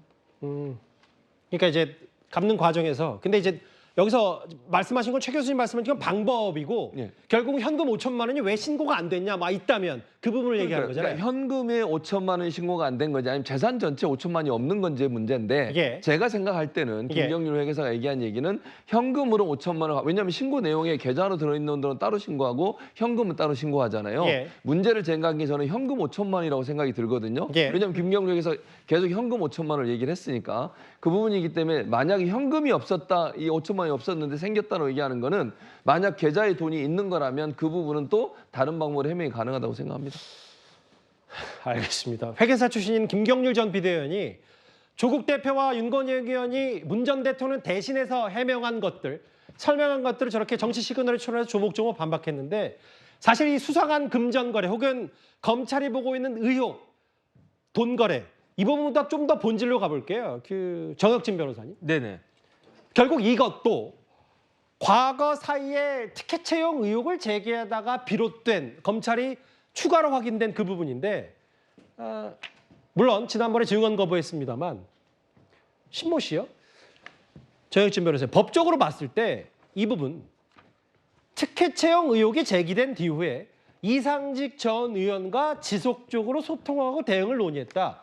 검찰은 아니 왜 청와대 행정관이 티켓 채용 이후 제기된 이후에 이상직 전 의원과 전 청와대 행정관이 지속적으로 소통하냐. 이 부분 때문에 여러 의심들을 하는 것 같거든요. 이걸 어떻게 받아들이십니까? 그러니까 전 이해가 되지가 않는 게 그 신모 씨라고 하는 사람이 왜 증언을 거부합니까? 증언을 거부했다라고 하는 게 말이 안 되는 게 일단 기본적으로 문다혜 씨는 굉장히 억울하다라고 억울함을 호소하고 있잖아요. 그런데 공판 전 증인 신문에서 통지를 받은 사람은 어떤 사람이 통지를 받느냐? 피의자가 통지를 받는다고요. 예. 그러니까 쉽게 말하면 문재인 전 대통령이 관련해가지고 피의자가 됐다라고 하는 건데 만약에 문다혜 씨의 그 주장대로 억울하다라고 하면 이 사정을 누가 보더라도 객관적으로 제일 잘 알고 있을 이 신모 씨가 적극적으로 이야기해야 되는 거 아니겠습니까? 검찰이 오해하고 있다. 그다음에 그렇기 때문에 국민들이 오해하면 안 된다. 이러이러한 그 반박을 그 검찰이 물어보는 거에 대해서 질의사항에 대해서 제대로 반박을 해서 검찰에 코를 납작하게 해줘야지 왜 물어봐도 모르겠습니다. 대답 안 하겠습니다. 이렇게 이야기하니까 법적으로는요. 아무리 뭐라고 그래도 거기에 대해서 침묵하면은 실질적으로 묵인한 것과 마찬가지 효과가 나는 경우가 굉장히 많거든요. 예. 저는 신 씨가 왜 이런 그 태도를 갖다 취하는지 문다혜 씨의 주장과 결부시켜 봤을 때 도저히 이해가 되지가 않습니다. 여기 보면 그러니까 이상직 전 의원과 왜 지속적으로 연락했냐 검찰이 의심하는 것과 함께 다혜 씨 가족 동향 파악을 위해서 태국으로 출국해서 직접 면담했다고 하는 부분. 다음 화면을 보겠습니다. 네, 장윤 변호사님. 네. 또 하나 검찰이 보는 건 문 전 대통령 직계 가족의 다른 특별 감찰 반원들은 접근을 못했는데 신모 씨만 단독 관리했다고 증언한다. 이 부분도 과거 사이 티켓 채용 의혹과 신모 씨가 어떤 관련이 있느냐, 이상직 전 의원과 이렇게 연락을 자주 했느냐, 합쳐서 의심하고 있거든요. 네, 검찰의 시각입니다. 그러니까 실무에서 제대로 활용되지 않는 공판전 증인신문이라는 제도를 활용을 한 거죠. 예. 저희가 형사소송을 하게 되면은 심지어 검찰에 가서 진술을 한 참고인들의 조서도 피고인이 부인을 하면 판사가 보지를 못합니다. 예. 증인으로 나오지 않는 한은요. 그래서 이렇게 절차가 이뤄지게 되는데 공개되는 재판에서, 왜냐하면 공개 재판은 헌법에 명시가 된 부분이니까요. 그냥 검찰의 피의 사실이 그대로 노출되는 그런 선택을 했던 겁니다. 그리고 진술 거부권, 증언 거부권이 본인에게 법적인 권한으로 있습니다. 이 부분에 대해서 부적절하다면 재판부가 제동을 걸었겠죠. 재판부가 이해가 된다라고 했습니다. 왜냐하면 신모 씨는 검찰의 시각에서는 참고인도 여러 방면이 있습니다. 정말 피해를 당한 참고인이 있고요. 피의자성 피고인, 그 참고인이라고 부르는 사람들이 있습니다. 예. 이 신모 씨 같은 경우에는 피의자성 참고인이거든요. 저희가 조사를 받다가 참고인으로 조사를 받다가 조사 중에도 지금부터는 피해자로 조사합니다. 검사 말 한마디면 피해자가 되는 겁니다. 예. 그런데 본인의 일단 지금 수사의 어떤 정황들을 보면 본인이 피해자의 성을 갖고 있기 때문에 본인의 어떤 방어권 행사를 위해서 증언 거부했고 법원도 그 부분을 이해한다라고 이야기한 부분이라서 예. 검찰의 논리대로 무리하다. 본인만 왜 이야기하지 않냐. 다른 행정가들은 그렇지 않다. 그냥 검찰 일방의 견해일 뿐입니다. 뭐 다만 이 핵심 증인 뭐 전반적으로 문 전 대통령 주변을 관리했다라고 얘기를 하면 소명을 해야 된다. 뭐 이상직 전 의원과 왜 이렇게 여러 차례 연락을 했냐. 이게 과거 사위의 특혜 채용 기업과 관련이 있는 거 아니냐는 얘기에 대해서 일단 증언을 거부했거든요. 딸 문다혜 씨요. 최근에 한 3, 4일에 한 번 정도 글을 하나씩 올리는 벌써 3번째인데 어젯밤이었습니다. 난 아버지에게 칼을 겨누기 위해 지랄밟는 말일 뿐이다. 집요하게 근 10여 년 모든 사생활이 국민 알 권리로 까발려졌다. 반복적으로 인격 발상을 당했다. 이걸 김경부 대변인 어떻게 읽으셨어요? 그럼 본인이 억울하게, 그러니까 앞서 본인은 이제 개구리로 좀 비유하지 않았습니까? 누가 던진 돌에 본인이 피해를 받고 있다고 하는데 저는 문다혜 씨의 어떤 SNS 글을 보면서 좀 안타까운 게 있습니다. 예. 그러니까 검찰이든 언론에서 문제 제기를 했을 때 그 질문에 대한 답변을 하시면 되는데 자꾸 진영 논리로 하고 본인이 굉장히 피해를 받고 있다고 얘기를 하고 계시거든요. 그러니까 앞서서 그 신모 씨, 그분이 굉장히 중요한 부분인데 이분이 원래는 사실상 친인척을 감시하는 팀장입니다.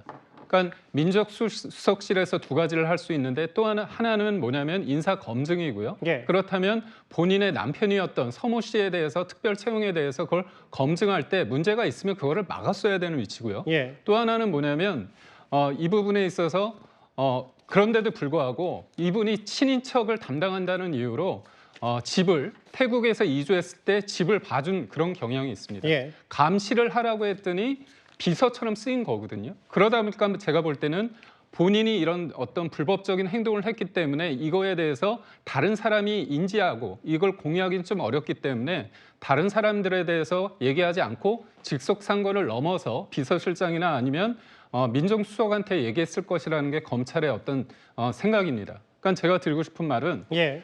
결국은 문다혜 씨가 억울하다고 생각하신다면 어떤 부분에 있어서 이 부분에 대해서 좀 과하다. 나는 이렇게 생각한다. 그래야 되는데 특별 채용에 대한 문제나 5천만 원에 대해서 구체적인 답변을 전혀 안 하고 있습니다. 심지어 노무현 전 대통령이 2층 가면 막 하는 거죠. 이 정도까지 얘기를 하는데 노무현 전 대통령 같은 경우는 본인의 죽음에 대해서 탓하지 말라, 원망하지 말라고 했습니다. 결국 본인의 어떤 죄를 숨기기 위해서 진영의 논리, 노무현 전 대통령의 죽음까지도 이용하는 어떤 제가 볼 때 나쁜 정치를 하고 있지 않나 그런 생각을 해봅니다. 그러니까 이제 왜 그 이성적으로 해명하면 되는데 감성적으로 접근하냐 이 말씀하신 것 같은데 난 아버지에게 칼을 겨누기 위해 지랄밟고 있는 단순한 말일 뿐이다라는 얘기까지. 근데 이제 며칠 전에 저희 뉴스에이 보도로도 나왔지만 일부 친문계에서는 이게 법적으로 혹은 전략적으로 잘 정돈된 메시지 같지는 않다. 과거 글을 그렇게 표현하기도 했었는데 지속적으로 글을 쓰고 있습니다. 다혜 씨는. 그런데 민주당은요 일단 그 총구를 이런 뭐 여당에서 방탄연대라고 하고 있지만 총구를 김건희 여사로 돌리고 있습니다.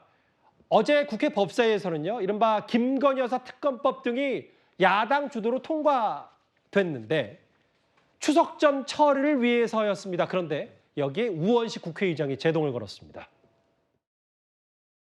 지금으로선 국민이 처한 비상 상황에 집중하는 것이 바람직하다는 것이 국회의장의 판단입니다. 야당이 법안 처리 시기를 조금 유연하게 하는 것이 국민의 기대에 부응하는 길이라 생각합니다. 매우 당황스럽고 경악스럽기까지 합니다. 오늘 한 건도 올리지 않겠다 하는 것을 우리 국민들이 어떻게 납득하겠습니까? 법사위까지 마친 법안을 의장의 개인의 판단에 따라서 올리고 안 올리고 하는 것을 결정하는 것은 지나친 일이 아닌가. 근데 민주당 당원 게시판에 우원식 의장을 가리켜서 여러 비판 목소리가 있는데 변절자냐? 윤석열 정부 경호 의장으로 등극했다. 아예 우원식 의장에게 직접 문자 폭탄까지 보낸 모양이에요. 강성 지지자들이. 정혁진 변호사 어떻게 생각하세요? 지금 2024년 추석을 앞두고 가장 대한민국에서 현안이 김건희 여사 특검법입니까? 누가 그렇게 생각을 하겠습니까? 몇몇 개딸들 빼놓고는요. 진짜로 급한 것은 조금 전에 이야기했던 의료 문제부터 해가지고 그렇게 문제들이 산적해 있는데 거기에 대해서 누가 제일 잘하느냐. 저는 우원식 의장이 기대 외로 잘하신다 그 생각이 들고요. 이런 것들을 갖다가 판단할 그런 권한이 국회의장한테 없습니까? 국회의장이 본인이 스스로 잘 판단해가지고 나름대로 결정한 것에 대해서 다른 사람도 아니고 실질적으로 국회에서 넘버 2, 넘버 3라고 할 수 있는 법사위원장이 저런 식의 반응을 보인다고 하는 것은요. 굉장히 납득하기 어렵다, 부적절하다. 전 그렇게 판단이 됩니다. 그 정청래 법사위원장이 정확히 뭐라 그랬냐면 같은 당 출신인 우원식 의장을 가리켜서 매우 당황스럽고 경악스럽다. 이것 때문에 또 강성 지지자들이 더 화를 내서 우원식 의장에게 얘기하는 거 아닙니까? 뭐 꼭 그렇게 연결은 안 된다고 저는 보는데요. 일단 이제 우원식 의장에 대해서 저렇게 과격하게 예컨대 그렇게 이제 글을 올리는 것 자체는 저는 뭐 그렇게 긍정적으로 보지 않아요. 다만 이제 법사위원들이나 법사위원장 입장에서는 법사위가 안건 조정 소위까지 거쳐서 저걸 이제 결정해서 올린 건데 절차상으로 뭐 아무 문제가 없는 것을 왜 이렇게 올리지 않고 왜 개의를 안 해서 이걸 상정하지 않고 미루느냐 하는 부분에 비판을 할 수 있다고 봅니다. 왜냐하면 법사위 입장에서는 열심히 노력해서 법안 통과시켜 여기까지 왔더니 의장이 그걸 안 하고 이제 미루게 되니까 거기에 대해서 본인들 입장에서 뭐 의견을 내는 건 저는 뭐 지극히 당연하다고 생각을 하고요. 다만 이제 일부 그 지지자들 중에 조금 이제 우리가 볼 때 과격한 표현을 쓰는 것은 뭐 비판을 할 수 있다고 봅니다. 뭐 의장의 행동에 대해서 좋다 나쁘다 의견 제시할 수 있죠. 다만 저렇게 뭐 조금 과격하게 또는 인신공격성 발언들을 하는 것은 자제하는 게 좋지 않을까 이렇게 생각합니다. 그러니까 원식 의장 얘기는 지금 의료공보 사태가 더 급한 불이니까 김건희 여사 특검법 뭐 바로 추석 전에 꼭 해야 되느냐라고 얘기를 했다가 강성 지지자들로부터 거의 십자포화를 받았네요. 다시 한번 또 오랜만에 추미애 의원까지 소환이 됐습니다. 이렇게 김건희 여사 특검법 본회의 상정 처리가 추석 뒤로 연기된 이 상황에서 김건희 여사의 광폭 행보도 꽤 눈에 띕니다. 개혁신당에선 김건희 여사를 가리켜 이런 말까지 하고 있습니다. 돌아오라고 하는 의료계는 돌아오지 않고 돌아오지 않았으면 하는 김건희 여사만 돌아오고 있습니다. 김건희 여사보다는 연예인도 더 길게 자숙하겠다. 연예인보다도 더 자숙하지 않는 이 김건희 여사의 태도. 이게 과연 맞는 거냐라는 얘기가 절로 나옵니다. 좀 내려놓으시고 조용히 차분하게 본인의 잘못에 대해서 반성하는 시간을 가지시기를 진심으로 김건희 여사님께 부탁드리겠습니다. 개혁신당의 천하람 원내대표가 저렇게 김건희 여사를 그렇게 비판한 이유는 아마 18장이 공개된 이 사진 때문일 겁니다. 며칠 전에 마포대교를 찾아서 세계 자살 예방의 날을 맞아서 순찰도 하고 실제로 여러 개선점까지 직접 얘기했는데 뭐 일각 야당에서는 뭐 본인이 대통령이냐 혹은 좀 더 자숙해야 되는 거 아니냐. 의사들 돌아오라고 했더니 왜 김건희 여사가 돌아오냐. 천하람 원내대표 이렇게 얘기를 했는데 글쎄요. 김기웅 대변인 생각은 어떠십니까? 김건희 여사의 일정에 대한 어떤 성격 그 부분을 좀 봐주시면 좀 좋을 것 같고요. 이게 요번에만 그런 게 아니라 작년에도 같은 성격의 일정을 소화를 했습니다. 그러니까 지금 아무래도 김건희 여사에 대한 어떤 부정적인 여론이 있다 보니까 야당에서 좀 이 부분에 대해서 좀 집요하게 공격을 하신 것 같은데요. 제가 좀 드리고 싶은 말이 소위 말해서 김정숙 여사가 2019년 6월에 청와대에서 대기업 비공개 오찬을 했습니다. 그때 야당에서는 위임받지 않은 통치 행위다 이런 얘기를 했는데요. 예. 그때는 진짜 누가 봐도 문제라고 할 수 있지만 이번 김건희 여사의 어떤 일정 수행에 있어서는 충분히 현장에서 고생하시는 분들에 대한 위로 성격이 있고 현장에서 대통령이 모든 일정을 다 할 수 있는 건 아니지 않습니까? 예. 그렇다면 뭐가 바뀌어야 되는지 그런 부분에 대해서 청취를 하고 그거를 반영할 수 있게끔 하는 건데 물론 이제 김건희 여사가 이런 부분에 있어서 그런 어떤 정책의 변화에 있어서 중심된 역할을 과연 할 수 있느냐에 대한 비판은 있을 수 있지만 그런 얘기를 들어서 대통령한테 얘기를 할 수는 있는 위치거든요. 예. 부부 사이에. 그런 관점에서 좀 편하게 보면 좋은데 지금의 모든 것들에 대해서 정치적으로 과하게 좀 의미 부여하고 과하게 좀 비판하는 이런 상황이 조금 추석을 앞두고 저는 도리어 더 씁쓸하게 합니다. 그 장효 변호사님, 김건희 여사 관련된 오늘 재판 결과 하나 나와서 이건 짚어봐야 될 것 같은데 이른바 도이치모터스 주가 조작 의혹 1심에서 무죄가 나왔던 이른바 전 도이치모터스 회장 권모 씨가 2심에서 징역 6개월의 집행유예 1년을 받았다. 그럼 이게 김건희 여사에게 어떤 영향을 미치게 되는 겁니까? 김건희 여사와 제일 밀접하게 붙어있는 건 이른바 전주 손모 씨가 무죄였다가 유죄로 바뀌었다는 겁니다. 예. 손모 씨 같은 경우에 100억 원을 저축은행에서 대출을 받아서 30억 원을 도이치모터스 주식에 이른바 몰빵합니다. 이 주식 투자 명목으로 돈을 빌릴 때 우량주에만 투자하겠다고 계약까지 했던 사람이에요. 그렇다면 자기 확신이 있었던 것으로 보이죠. 1심 재판부가 공범 관련해서는 무죄를 판단했습니다. 그렇지만 남긴 부분이 있습니다. 아마 시세 조정을 하는 일당들이라는 것을 알고 있었던 것 같다. 그리고 거기에 편승해서 이익을 보려 했다. 이 부분 항소심에서 검찰이 항소 이유서에 방조범이 성립할 수 있다라고 의견서에 의견 개진을 합니다. 예. 그렇지만 공소장 변경은 자진해서 하지 않았죠. 재판부가 공소장 변경의 필요성에 대해서 언급하니까 그제서야 공소장 변경했습니다. 방조는 기본적으로 그 처벌 범위가 주범보다는 더 넓게, 왜냐하면 그 범행만 용이하게 하더라도 이 성립이 하거든요. 예. 근데 김건희 여사는 1심 재판 과정 중에서 직접 이 도이치모터스 일당들의 주가 조작과 관련해서 이 한 문제가 되는 시점에 직접 전화 매도를 냅니다. 이 전화 매도를 내서 던진 그 주식을 바로 그 일당들이 매수를 또 해요. 이거 그냥 나온 주장이 아닙니다. 검사가 증인신문 과정 중에 증거로 현출한 내용입니다. 알겠습니다. 이 정도면 방조범과 관련해서는 최소한 수사는 정확하게 이루어져야 됩니다. 김건희 여사 관련 재판 항소심 결과에까지 핵심 내용 짚어봤습니다.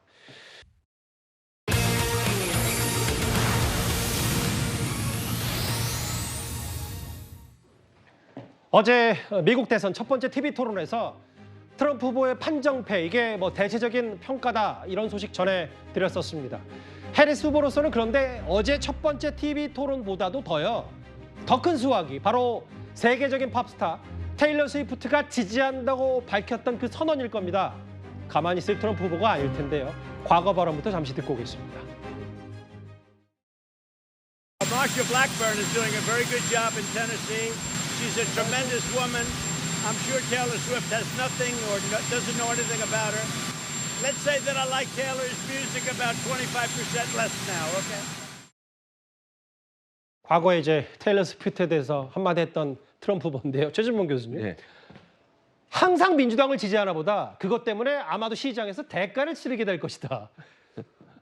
대선 후보가 슈퍼스타를 향해서 경고를 했습니다. 자기를 지지하지 않는다고 저렇게 말을 했는데 대단히 부적절하죠. 아무리 자기를 지지하지 않더라도 지지하는 거야 본인의 선택 아니겠습니까?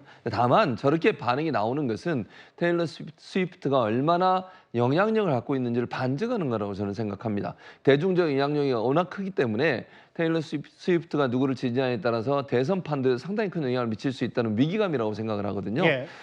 스위프트가 뭐라고 토론회 끝난 다음에 바로 해리스를 지지하겠다고 얘기를 했어요.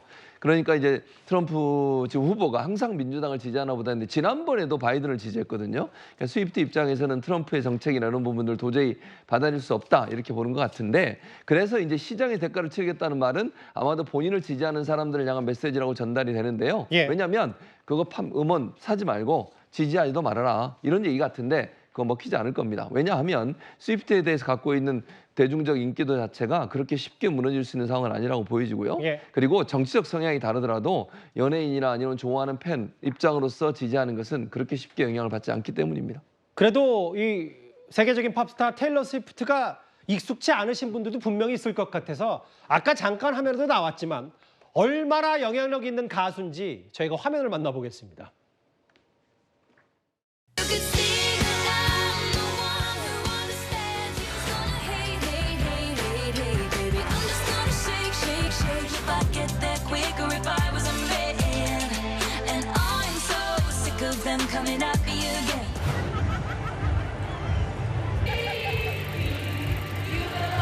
Also, we got people in a park outside the stadium. Thousands of people listening from out there. You made us feel so incredibly welcome.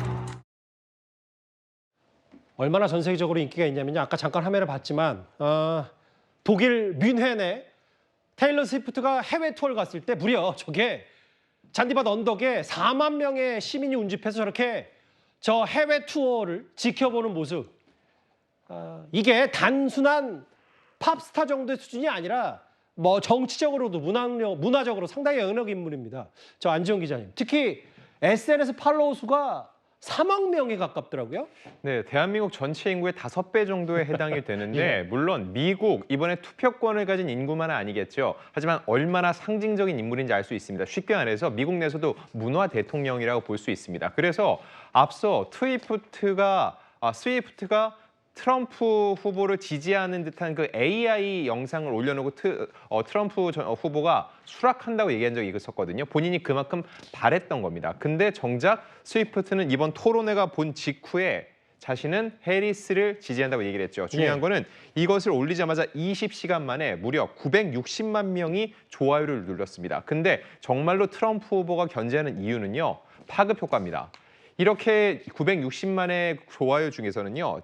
제니퍼 애니스톤이나 세레나 고메즈 같은 네로라는 스타들도 포함되어 있습니다. 그 이야기인즉 이 스타들의 팬들 역시 또다시 해리 씨를 지지할 확률이 굉장히 높다는 거고요. 중요한 거, 이게 올해 초에 뉴스위크에서 내부적으로 조사를 했는데 여론조사를 보면은 스위프트가 지지하는 후보를 뽑겠다는 사람이 18%가 넘었고요. 제일 중요한 거는 정치에 관심이 상대적으로 적은 35세 미만 유권자들이 스위프트가 뽑는 지지하는 그 후보를 뽑겠다는 확률이 30%가 넘는다는 거죠. 젊은 층이요? 그렇습니다. 그렇게 놓고 봤을 때 부동층을 움직이는데 스위프트의 힘이 굉장히 크다는 걸 알 수 있습니다. 이 사람이 이렇게 영향력 있는 가수가 첫 번째 TV 토론 끝나고 바로 해리스 후보를 공개 지지했기 때문에 또 하나 논란거리가 있었죠. 어제 첫 번째 TV 토론에서 트럼프 전 대통령이 한 발언, 이민자가 반려견을 잡아먹는다라는 얘기, 파장도 만만치가 않습니다. 일단 문제의 발언 잠시 듣고 오겠습니다. In Springfield, they're eating the dogs that came in. They're eating the cats. They're eating the pets of the people that live there. There have been no credible reports of Well, I've seen people on television. Let me just say here, this is the people on television say my dog was taken and used for food. So again, the Springfield city manager. There's no evidence of that. You talk about extreme. You know, this is, I think, one of the reasons why in this election I actually have the endorsement of 200 Republicans who have formally worked with President Bush, Mitt Romney, and John McCain. 여기 이게 파장이 만만치가 않아 세계적으로. IT 언론 매체는 아이들 학교 보내지 않기도 했다.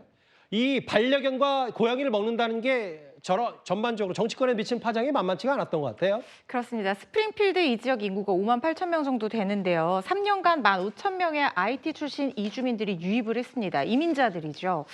그런데 작년에 이 원래 있던 주민들과 이 이민자들 사이에서 갈등이 촉발되는 계기가 됐던 사건이 벌어졌는데 이 무면허 운전자인 이 IT 출신 이주민이 아이를 치어서 사망하게 하는 그런 사건이 벌어진 겁니다. 그걸 계기로 갈등이 균열이 생긴 거예요. 이민자들 많이 오니까 임대료 오르고 병원 이용 불편해졌다. 뭐 이런 반발이 있어 왔는데 일부 극우주의자들이 이 균열을 이용을 해서 IT 출신 이민자들에 대해서 비하하는 가짜 뉴스를 SNS를 통해서 퍼뜨린 겁니다. IT 출신 이민자들이 뭐 개와 고양이를 잡아먹고 잔인하게 반려동물들을 학대한다.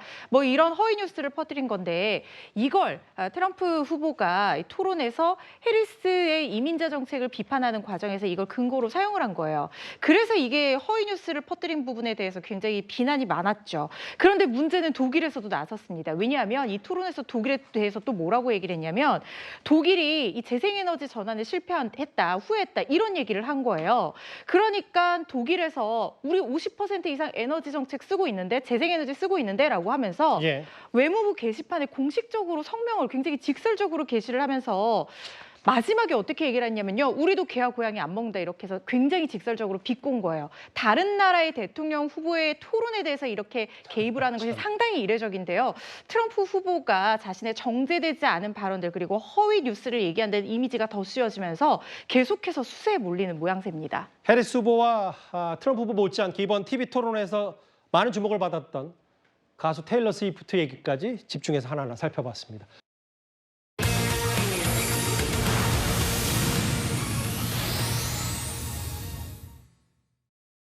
새로 준비한 신곡들을 오늘 처음으로 여러분들께 들려드리는 자리인데요.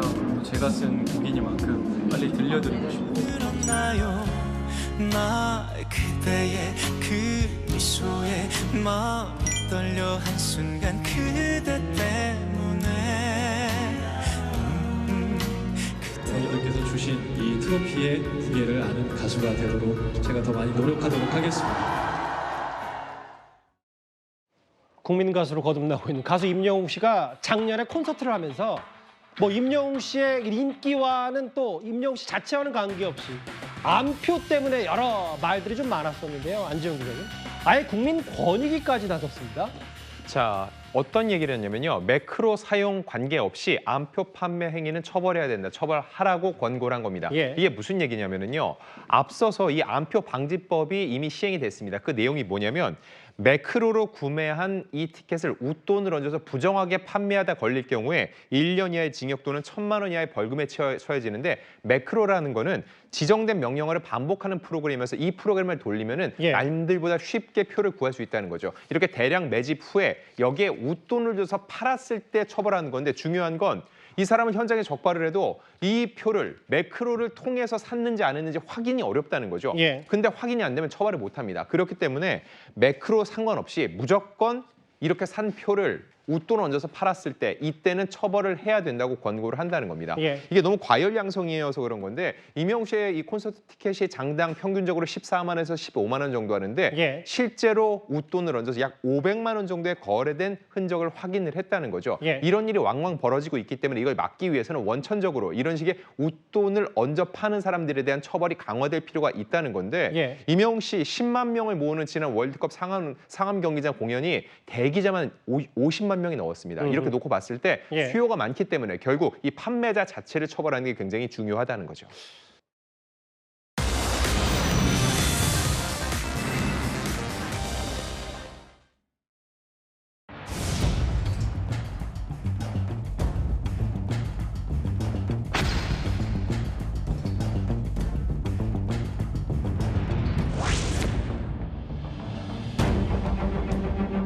본인은 그런 적 없다. 어르신은 그렇게 말씀을 하신 것 같은데 영상이 워낙 이제 명확하게 나와 있어가지고 저희는 이제 처분을 했던 사항이거든요. 상인분도 이 제품 문 닫을 거라 하시긴 하시더라고요.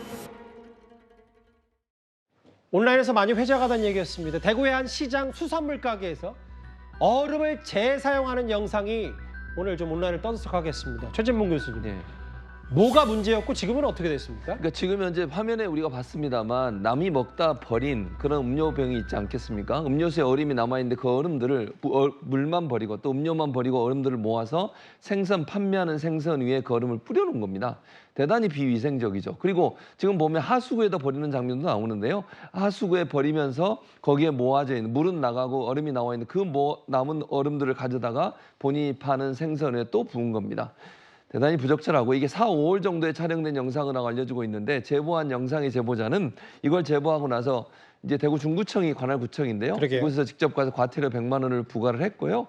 그리고 지금 현재는 아마 이제 가게를 그만두실 걸로 보여진다고 하는 얘기도 나오고 있는 상황이고요.